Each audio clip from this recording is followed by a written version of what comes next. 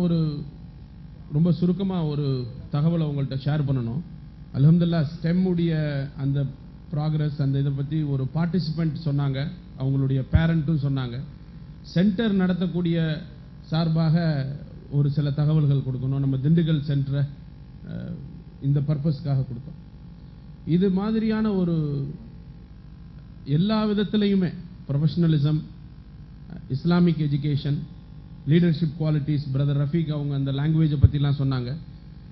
இது நிறையா ப்ரோக்ராம்ஸில் கொடுக்குறோம் அப்படின்னு ப்ராமிஸ் பண்ணுறதை நம்ம நிறையா கேள்விப்பட்டிருக்கோம். இதெல்லாம் இன்ஷா அல்லாஹ் கொடுக்கப்படும் அப்படின்னு.